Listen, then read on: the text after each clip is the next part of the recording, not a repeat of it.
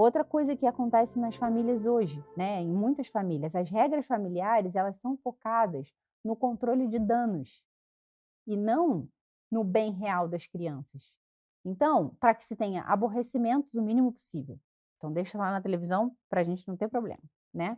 Para que elas não, desarrumem a casa showroom que a gente fez, para não quebrar as coisas, né. Poxa vida, botei esse sofá branco aqui, vem essa criança e estraga tudo, né, rasga tudo, né, para que a gente não precisa que a gente não precisa que as crianças de fato, as regras se colocam, né, para que as crianças gastem energia e possam se acalmar.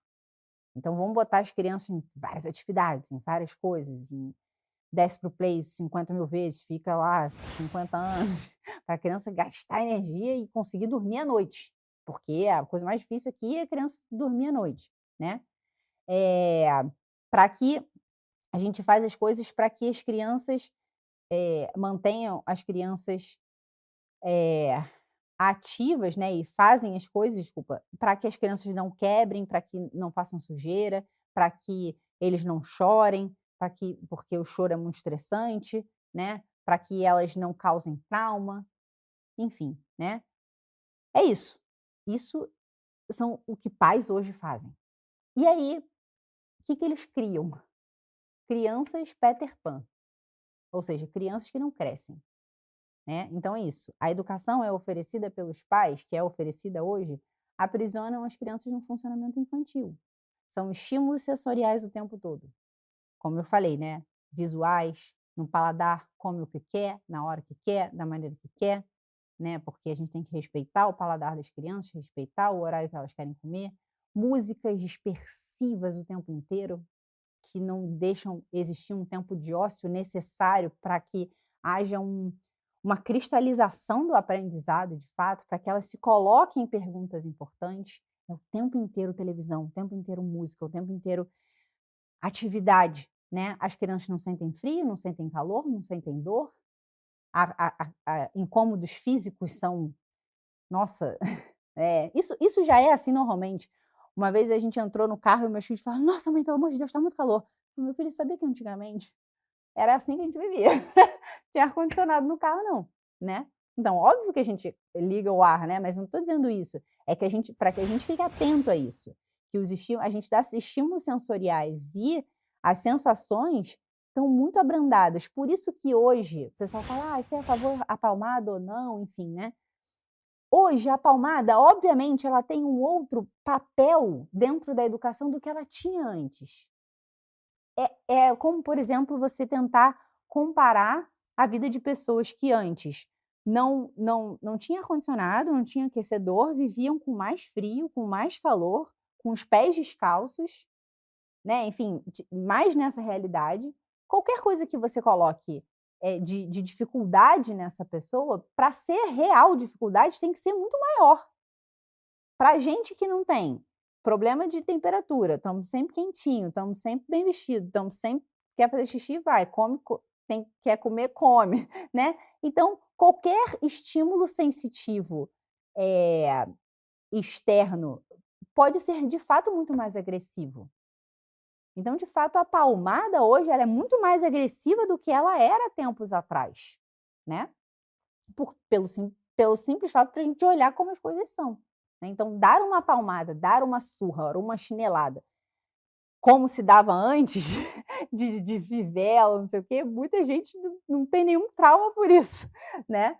E que fala eu escuto muita gente falar: "Bem, se não fosse isso, não sei o que seria de mim", mas hoje é um pouco diferente mesmo, a gente pega mais leve, porque o negócio está diferente, né, nesse sentido, a sensibilidade mudou, né. Eh, então isso, a gente tem as crianças recebem poucos nãos, pelo medo dos pais de dizer não aos próprios filhos, por tudo isso que a gente falou, né. E o não, na verdade, é uma maneira delas ter essa experiência concreta, né, de que, nem sempre as coisas boas que ela sente como boas, de fato, são relacionadas com o bem. Então a gente precisa orientar, né. Então acaba que essas crianças não agem a partir de conceitos universais bem formados, porque esses conceitos universais não estão bem formados, porque os pais não estão dando esses conceitos universais, porque eles não dizem não. porque as crianças só fazem tudo baseado nos seus sentidos, no que querem. Então, os pais agindo de acordo com medo da birra, com medo do choro, com medo de negar, com medo porque estão fora de casa, com medo de que não serem amados, entende? Tudo isso que eu falei, né?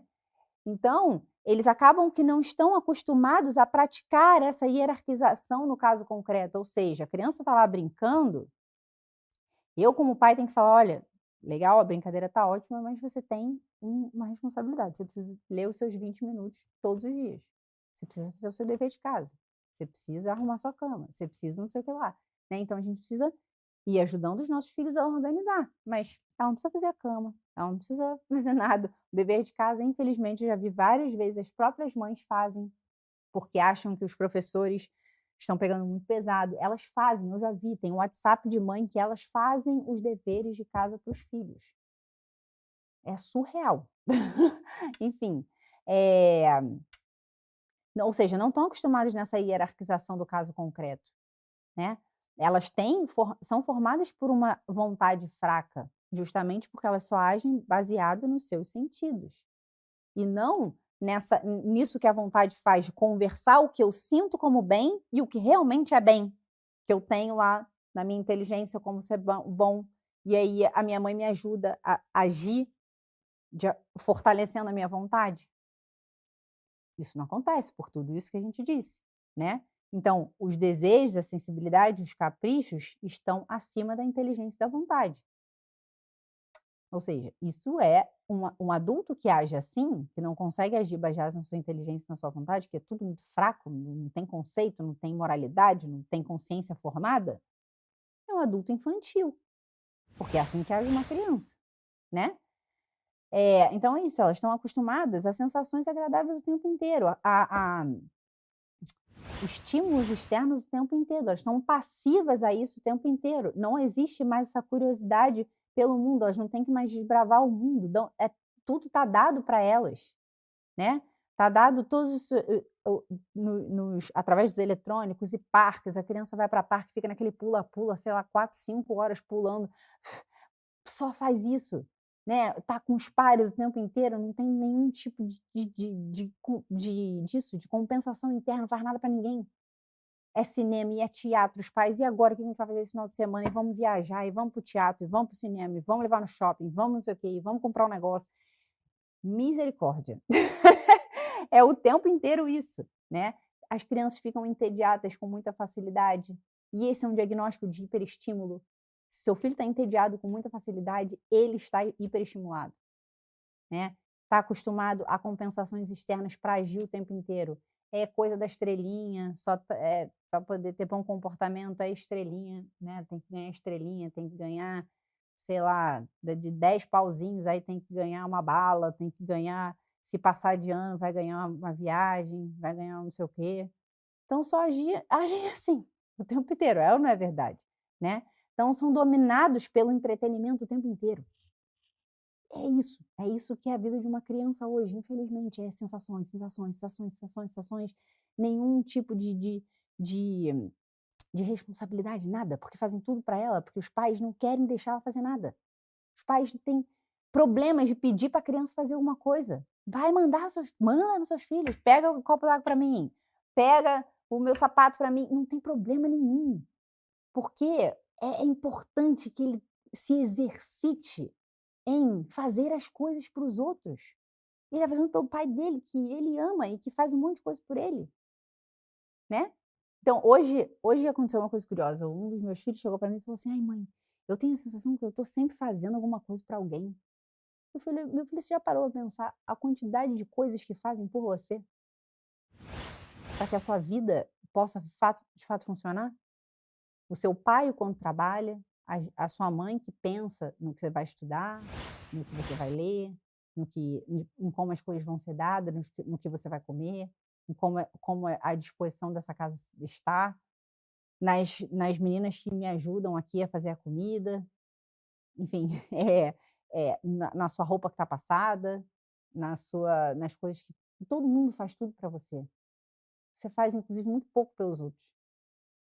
E você fazem muitas coisas para você. E olha que os meus filhos não têm fazem bastante coisa para eles mesmos, né. Então, Essa é a vida das pessoas é serviço. Não tem nada de mais em você se sentir que você está sempre fazendo alguma coisa para alguém. Que bom, significa que você está amadurecendo. E essa aí ele falou: "Ah, tá bom". E aí ficou mais tranquilo, né. Então a gente acaba fazendo isso com os nossos filhos, cristalizando de que eu ajo baseado no que eu sinto, e não nos meus conceitos universais, né. Então, eles não conseguem entender que desejo não é a mesma coisa que necessidade. Eu posso desejar muitas coisas, mas muitas vezes não é o que eu vou fazer. Imagina, quando eu tô aqui, tô com fome, eu não vou parar: "Gente, desculpa, eu vou parar aqui de dar aula, porque eu tô com fome, agora eu acabei de vontade de ficar sei lá, de comer um negócio, de fazer xixi". Não, tem outras coisas que vão vir na frente, é mais importante eu acabar de dar essa aula, entende? É isso que eu falava, não experimentam essas compensações internas, e essas compensações internas são muito importantes, porque isso não é algo que vem de fora, isso é algo que a gente encontra dentro do coração dos nossos filhos, e tá lá dentro. E é o que a gente diz, a felicidade está dentro da pessoa. Está dentro da pessoa, mas está lá no fundo, e a gente precisa procurar. Isso que está na superfície é uma felicidade fugaz. E é assim que normalmente as pessoas agem, baseada nessa felicidade fugaz, nessa alegria fugaz. E a gente precisa ir lá, aprofundar, permitir que eles toquem essa compensação interna, para que eles possam agir não baseado em compensações imediatas, mas em coisas que vão custar agora, mas que são para um bem maior. E